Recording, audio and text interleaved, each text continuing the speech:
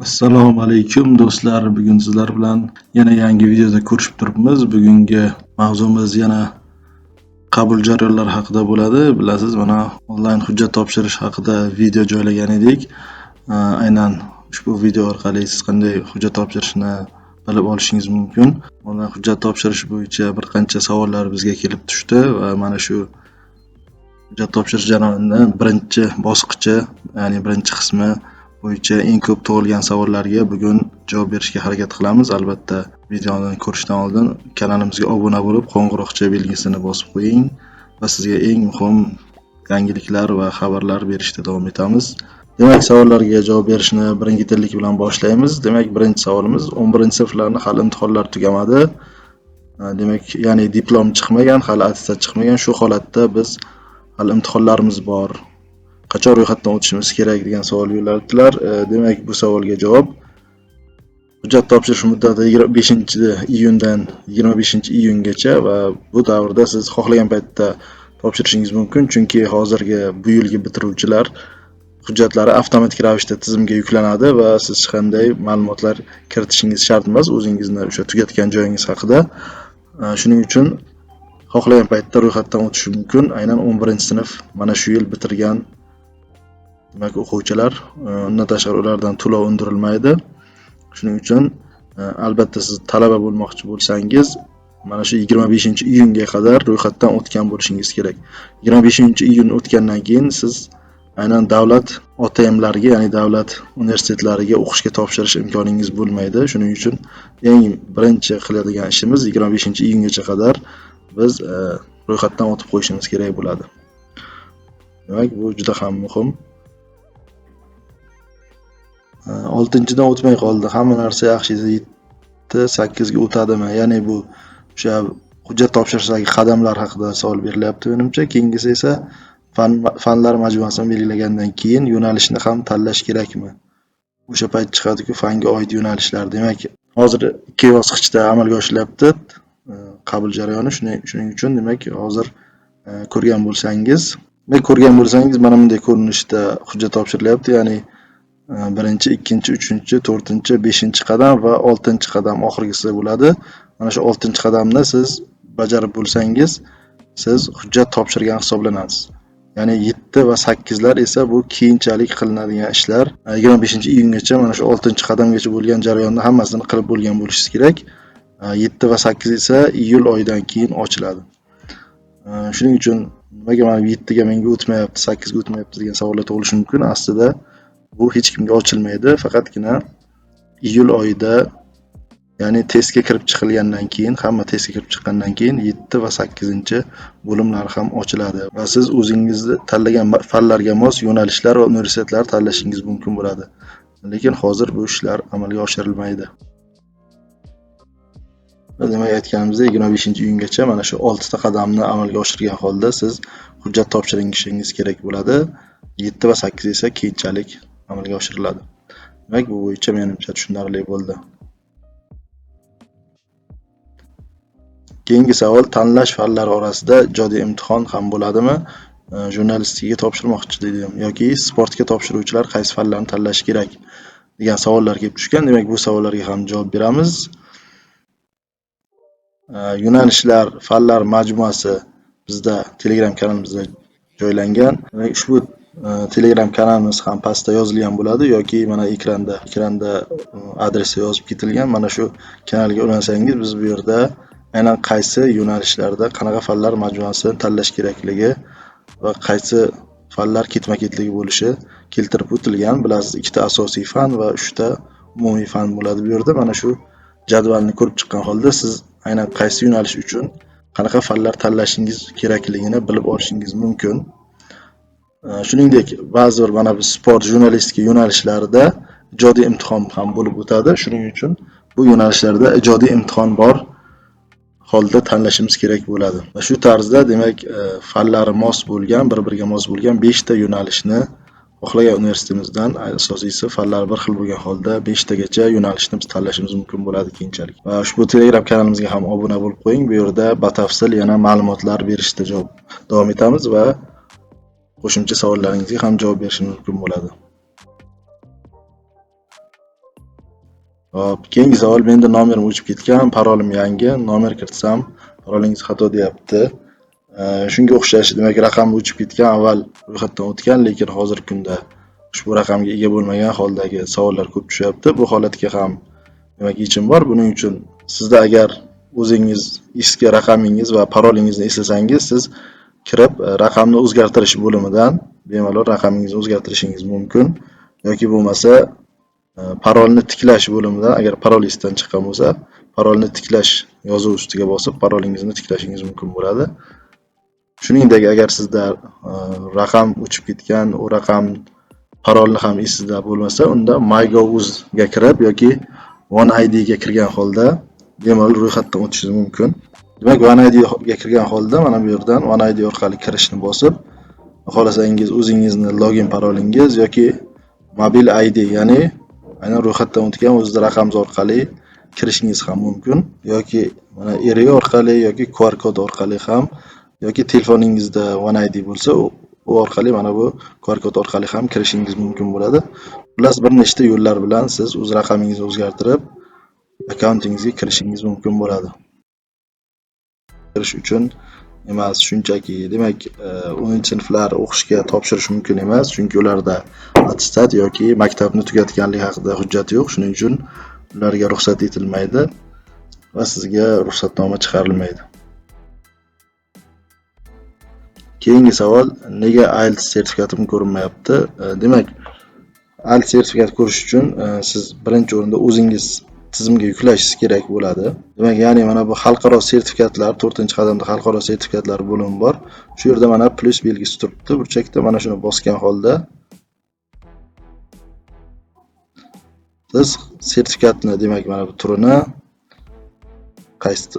qaysi tildan olgansiz, demak mana ingliz tili, arab tili, fransuz tili, aynan qaysi tildan olganingizni va bu yerdan IELTSmi, ITEPmi, Cambridgemi, mana TOEFLmi qaysi biridan olgan bo'lsangiz, shularni tanlashingiz kerak bo'ladi. Mana IELTS bo'lsa IELTS va darajasi B1 olganmisiz, B2, ya'ni mana 4 dan 5 gachami, 5,5 dan 6,5 gachami, aynan o'sha oralikda qaysi birini olganingizni bu yerdan tanlashingiz kerak bo'ladi.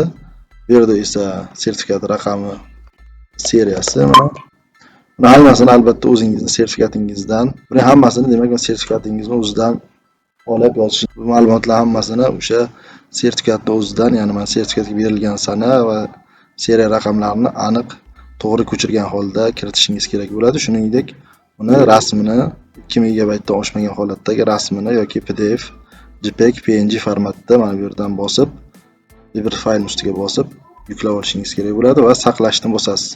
Shu orqali biz IELTS sertifikatimizni yuklashimiz kerak bo'ladi. Ya'ni ba'zida o'zi ko'rinmaydi, buni hamma o'zi yuklashi kerak bo'ladi ushbu joyga.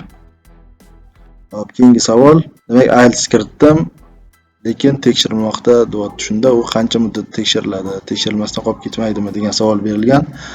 Boya aytganimdek, ko'rsatganimdek, xuddi o'sha xalqaro sertifikatlar bo'limiga yuklagan bo'lsangiz, ma'lumotlarni to'g'ri kiritib, hammasini aniq to'g'ri yozib kiritgan bo'lsangiz, u albatta sizga ball beriladi, ya'ni sertifikat sifatida qabul qilinadi. Hech qanday bu sertifikatingiz qolib ketishi yoki ball berilmay qolib ketish holati bo'lmaydi. Faqatgina u tekshiruvdan o'tkaziladi. Shuning uchun kamida 3-4 kun vaqt olib, keyinchalik sizga qo'shib qo'yiladi. Aynan imtiyoz sifatida bu ham qo'shib qo'yiladi. Shuning uchun hech qanday xavotirga o'rin yo'q. Asosiysi siz ma'lumotlarni to'g'ri kiritgan bo'lsangiz bo'ldi. Hop, sertifikatdan foydalanish chiqmasa nima qilish kerak?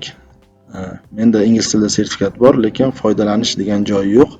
Hop, demak B2 sertifikatingiz bo'lsa, sizga avtomatik maksimal ball beriladi. Shuning uchun uni foydalanish yoki rad etish degan yozuvlar chiqmaydi. Undan bosish joyi ham chiqmaydi. Shuning uchun agar sizda qayd varaqangizda B2 sertifikati bor va uning raqamlari ko'rinayotgan bo'lsa, hech qanday xavotirga o'rin yo'q. Sizda avtomatik maksimal ball beriladi, ya'ni chet tilidan, ingliz tilidan.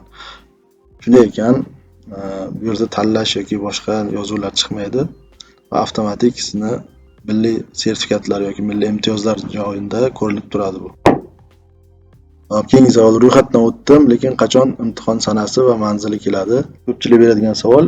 Ro'yxatdan o'tdingiz, javob beradigan bo'lsak, ro'yxatdan o'tgan bo'lsangiz, iyul oyi boshlarida iyul oyi boshlarida ruxsatnoma chiqadi.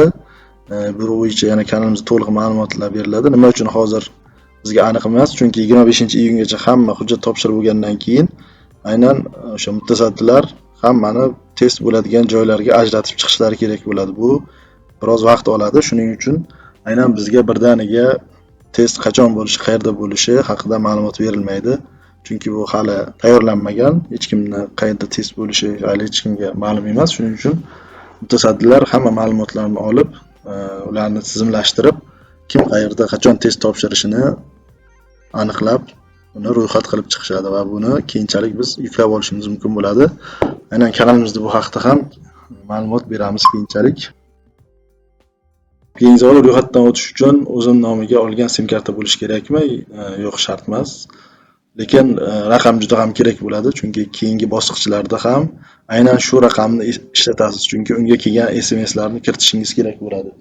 Shuning uchun aynan hozir ro'yxatdan o'tgan raqamingiz keyinchalik ham ishlatish imkoni bo'lishi kerak sizda. Shuning uchun o'zingizda yaqin insonlaringiz kimlar bo'lsa ham, ota-onangiz bo'ladimi yoki aka-ukalaringizni telefon raqamidan foydalanganingiz yaxshi.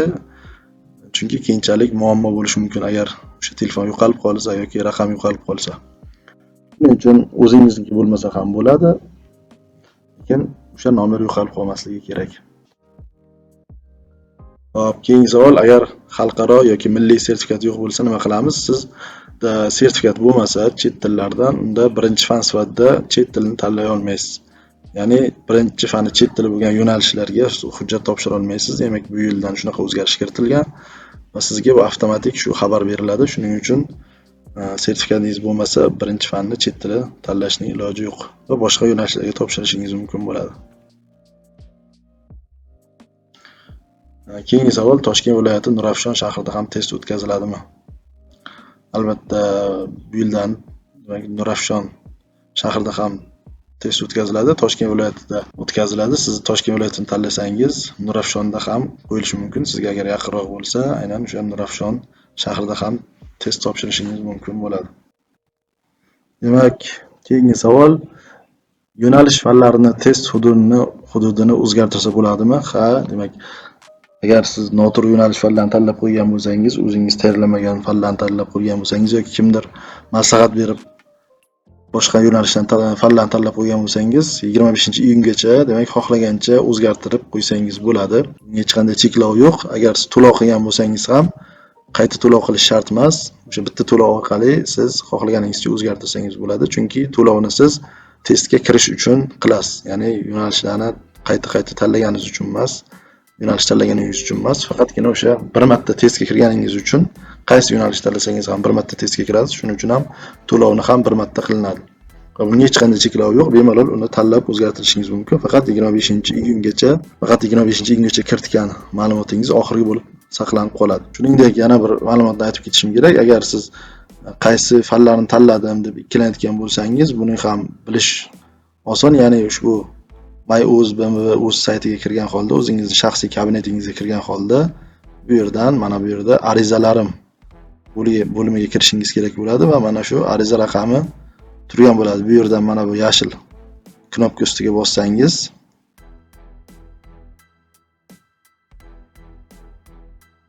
demak, sizga mana bu oyna ochiladi va bu yerda mana test topshirish fanlari pastroqqa tushib, mana test topshirish fanlari, aynan ta'lim tili, ya'ni ta'lim tilini ham o'zgartirsangiz bo'ladi, o'zbekcha, ruscha qilsangiz bo'ladi va test topshirish hududi yozilgan bo'ladi. Va mana to'lov amalga oshirmagan bo'lsa, mana shu yerdan to'lov qilishingiz ham mumkin. Agar qayta o'zgartirmoqchi bo'lsangiz, xizmatdan foydalanish qismiga bosasiz, ya'ni qaytadan mana bu saytga bosgan holda, mana xizmatdan foydalanish yozuvi ustiga bosib, qaytadan ushbu hamma 6 ta qadamni qaytadan o'tkazib chiqib, boshqa fanlar majmuasini tanlashingiz ham mumkin bo'ladi. Aynan 25-iyungacha bemalol o'zgartirib qo'ysangiz bo'ladi. Demak, do'stlar, bugun sizlarga bermoqchi bo'lgan asosiy ma'lumotlarimiz shundan iborat edi. Albatta, kanalimizni qo'llab-quvvatlashingiz mumkin.